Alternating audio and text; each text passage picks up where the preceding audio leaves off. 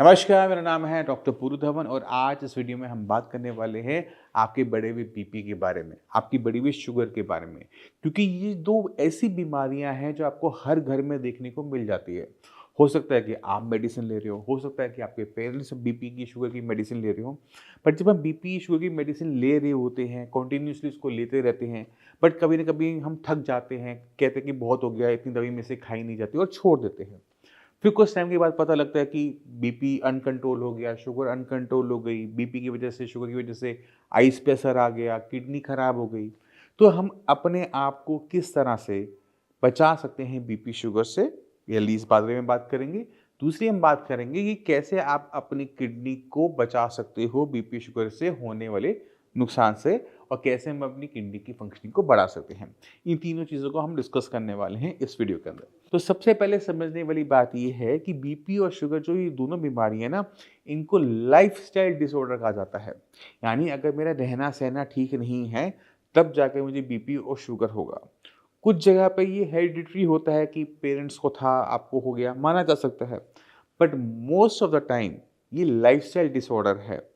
गलत तरीके से खाने से, गलत तरीके से सोने से, सही से मीठा ज़्यादा खाने से, नमकीन ज़्यादा खाने की वजह से बीपी और शुगर की जो दिक्कतें हैं, वो किसी को भी हो सकती हैं। एक्सरसाइज ना करना, ओवरवेट होना, तो ये भी कारण हैं आपके डायबिटीज़ और बीपी होने के। अब अगर हम चाहते हैं कि हमें बीपी शुगर ही ना हो, तो सबसे पहली ज़रूरत होती है अपने लाइफ़स्टाइल को बदलने की। आपका लाइफ़स्टाइल कैसा होना चाहिए? आपका जो लाइफ़स्टाइल है वो सुपर एक्टिव होना चाहिए, आपका खाना हेल्दी होना चाहिए। जैसे मॉर्निंग में आप उठे, आपने थोड़ी-सी मेडिटेशन करी। मेडिटेशन इसलिए करी कि ब्रेन शांत हो। आप अपने पूरे दिन को प्लान कर सको कि शाम तक मैंने क्या-क्या काम करने हैं, ऑफ़िस में जाके कौन-सा काम करना है। तो वहाँ पर जो अपने ब्रेन को जो शांत किया था, जो उसमें नॉइज़ था, उसको जो आपने कम किया, अब आप अपने पूरे दिन को आप प्लान कर पाओगे कि मैं ऑफ़िस जाऊँगा, ये करूँगा, ये करूँगा, ये करूँगा, ये करूँगा, तो आपकी जो परफ़ॉर्मेंस है काम करने की, वो बढ़ जाती है। आपने अपने ऑफ़िस गए, काम किया, शाम को आप आए, अब शाम को आकर अब आपको ऑफ़िस से कोई काम तो करना नहीं है ना, तो आपने अब अपनी हेल्थ पे काम करना शुरू किया। आप अपना जिम गए, आप स्पोर्ट्स खेलने गए, दोस्तों से मिले, डिनर किया फैमिली के साथ और फिर एक बार दोबारा से हम अगले दिन शुरू करते हैं। इस बीच में जो हमने खाना-पीना खाया, उसका हमें ध्यान रखना है कि उसमें वेजिटेबल ज़्यादा हो, फाइबर ज़्यादा हो, पानी का इंटेक अच्छा हो, कुछ भी जंक ना हो, फ्राइड ना हो, बहुत ज़्यादा मसालेदार ना हो। अगर हम इतना भी काम कर लेते हैं ना, यही रूटीन को हम फॉलो कर लेते हैं, जहाँ पर हम एक्टिव भी हैं, खाना भी अच्छा खा रहे हैं, तो ऐसे पेशेंट्स के अंदर हमें लंबे टाइम तक बीपी और शुगर की कंप्लेंट्स देखने को नहीं मिलती। दूसरी चीज़ आपने क्या करना है, अपना बॉडी वेट चेक करना है। अगर आप बहुत ज़्यादा ओबीस हो, आपका वेट 100 क्रॉस कर रहा है, तो वहाँ पर दिक्कत है। अगर आपको बीपी शुगर नहीं होगा, तो आपके जॉइंट्स खराब हो जाएँगे। डायबिटीज़ हो जाएगी, कोलेस्ट्रॉल की मात्रा बढ़ जाएगी। तो आपको अपने आप को एक्टिव रखते हुए वेट का भी मैनेजमेंट करते हुए चलना है। अगर आप इतना कर लेते हो तो बीपी शुगर से बच गए। अगर बीपी शुगर से बच गए तो बीपी शुगर से होने वाली और जो बीमारियाँ हैं, उनसे आप ऑटोमेटिक तरीके से बच जाते हो। जैसे हर 4 में से 1 बीपी वाले पेशेंट की किडनी खराब होती है।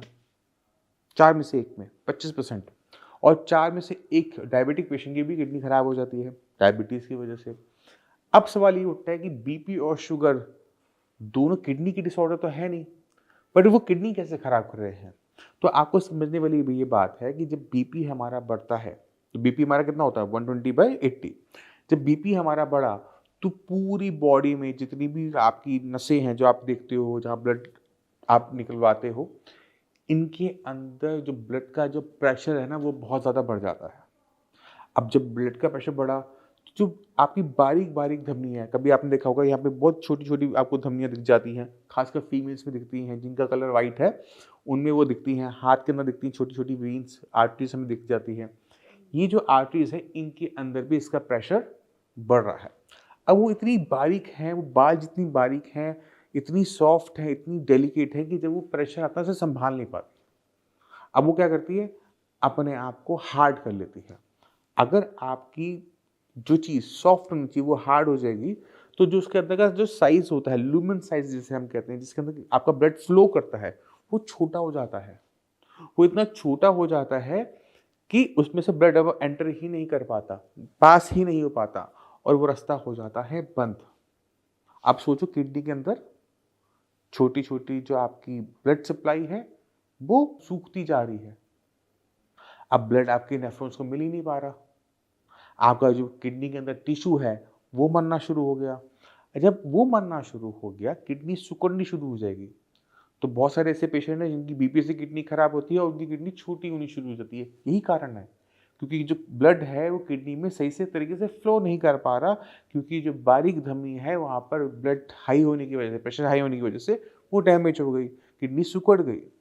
ऐसे पेशेंट के अंदर क्रिएटिनिन बढ़ने लग गया, किडनी की फंक्शनिंग डाउन हो गई। अब किडनी का काम क्या है? खून को साफ करना, खून को साफ करके गंदगी को बाहर निकालना, क्रिएटिनिन को बाहर निकालना, यूरिया को बाहर निकालना। अगर किडनी ने अपना काम करने की क्षमता खोई है तो काम हो नहीं पाएगा, क्रिएटिनिन बाहर निकल नहीं पाएगा, यूरिया बाहर निकल नहीं पाएगा और वो आपकी ब्लड में इकट्ठा होना शुरू हो जाएगा। तो जब आप KFT रिपोर्ट करवाओगे, देखोगे कि क्रिएटिनिन बढ़ा हुआ है, यूरिया बढ़ा हुआ है। क्यों बढ़ा हुआ है? क्योंकि बीपी की वजह से किडनी को नुकसान हो गया और किडनी सुगड़ गई। अब ऐसे डायबिटीज के साथ भी है। अब आपकी शुगर रहती है, नॉर्मल शुगर होती है 120 150 तक, बीपी की बात कर रहा हूँ। बट मान लो कि खाना खाने के बाद शुगर जा रही है आपकी 300 400, आप कहते कोई नहीं यार, सबकी होती है, 2 गोली खाऊंगा ठीक हो जाऊंगा, आज जाने की ज़रूरत नहीं है, मैं अगले महीने डॉक्टर साहब को जाकर दिखा दूंगा, मेरे 1 महीने बाद मुझे बुलाया। बट जो महीना भर आपकी शुगर हाई रही ना, उसने महीना भर आपकी किडनी को नुकसान पहुंचाया। आपकी जो ब्लड सप्लाई है वो डैमेज होनी शुरू हो गई, आपका जो टिश्यू है वो वीक होना शुरू हो गया, किडनी ने अपने काम करने की क्षमता खोनी शुरू कर दी।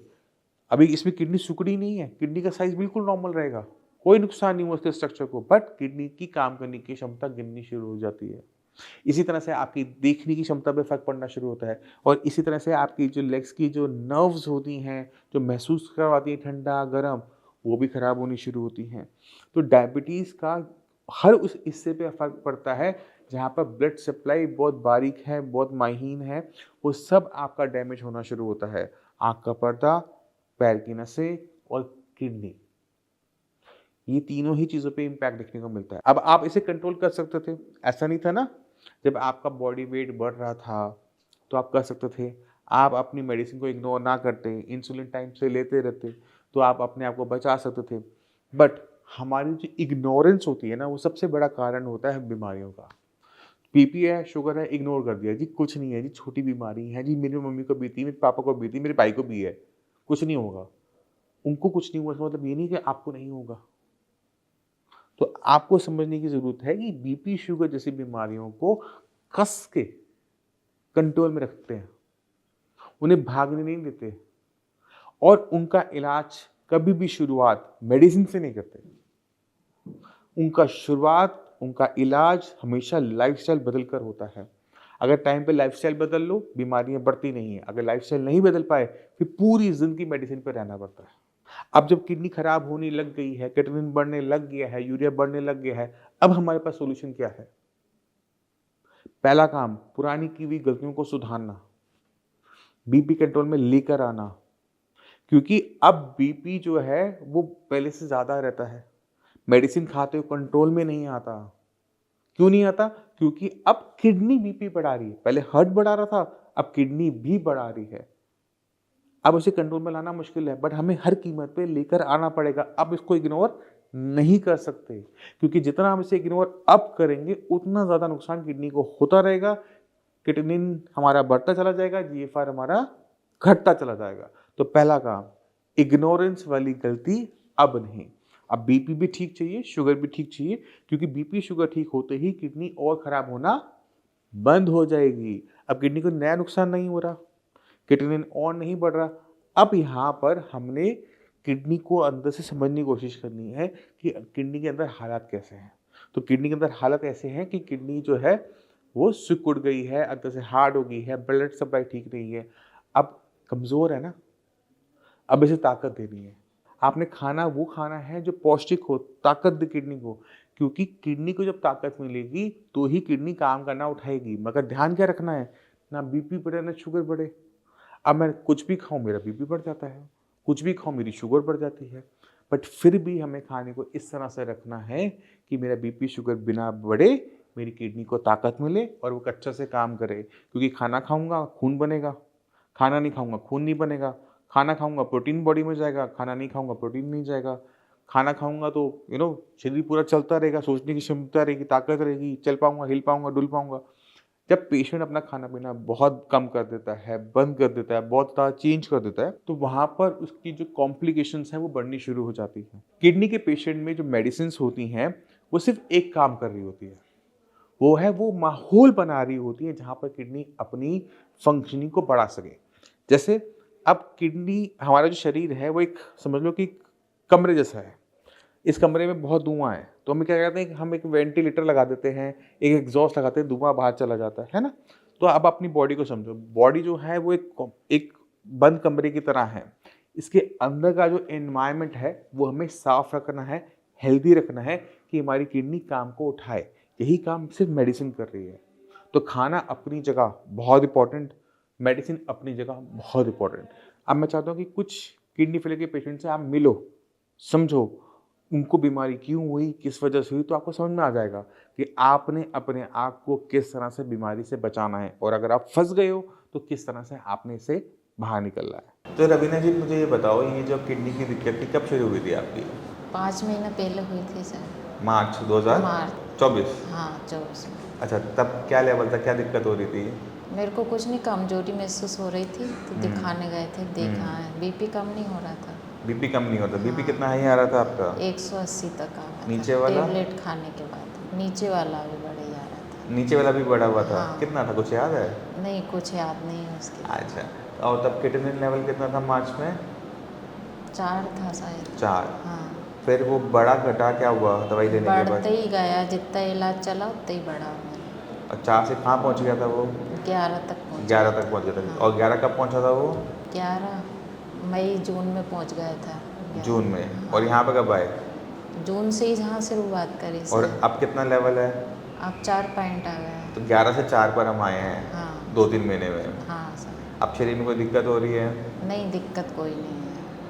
खुजली चलती थी तो वो भी बंद हो गई। खुजली चलती थी, बंद हो गई? हाँ। खुजली तो इसलिए चल रही थी क्योंकि क्रिएटिनिन का लेवल हाई जब भी होता है ना तो खुजली चलती है। हाँ, खुजली। भूख लग रही थी उस टाइम में? नहीं, वैसे कोई दिक्कत नहीं। अच्छा, उस टाइम डॉक्टर क्या बोलते थे, क्या करना पड़ेगा? डायलिसिस की बोल दी थी डॉक्टर ने। उसी दिन बोल रहे थे आज ऑपरेशन करवा जाऊँगा। हाँ। और बंसल में जाके डायलिसिस कर। डायलिसिस करवाने के लिए बोल रहे थे, तो करवाया कि नहीं? नहीं करवाया सर, आपसे मिल ली है तो। ठीक है, लेवल बहुत ज़्यादा था उस टाइम में, 11 का लेवल था, इसलिए डॉक्टर्स बोल रहे थे डायलिसिस करवाने के लिए। बट अब ज़रूरत नहीं है, अब लेवल इतना कम है कि आपको करवाने की ज़रूरत नहीं है। बट आपको बीपी भी ध्यान रखने की अभी भी ज़रूरत है, क्योंकि किडनी आपका बीपी से ख़राब हुआ है, सिकुड़ गया है थोड़ा सा, तो अब हमने उसको थोड़ा सा काम उसका अच्छा कर दिया है, तो लेवल तो डाउन है, बट अभी बीपी का ध्यान आपको अभी भी रखना पड़ेगा।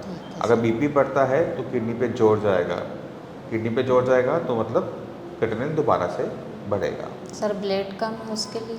ब्लड का आपका अभी जो चल रहा है वो चल रहा है 7.3 चल रहा है आपका। तो आपको मैंने इस बार एक टैबलेट दी है, उससे आपको ना ब्लड बनना शुरू हो जाएगा। तो इंजेक्शन आपका चल रहा है, हाँ है ना? हाँ। उसके साथ एक टैबलेट वो लगा दिया है, ठीक है। आपका सेट हो जाएगा।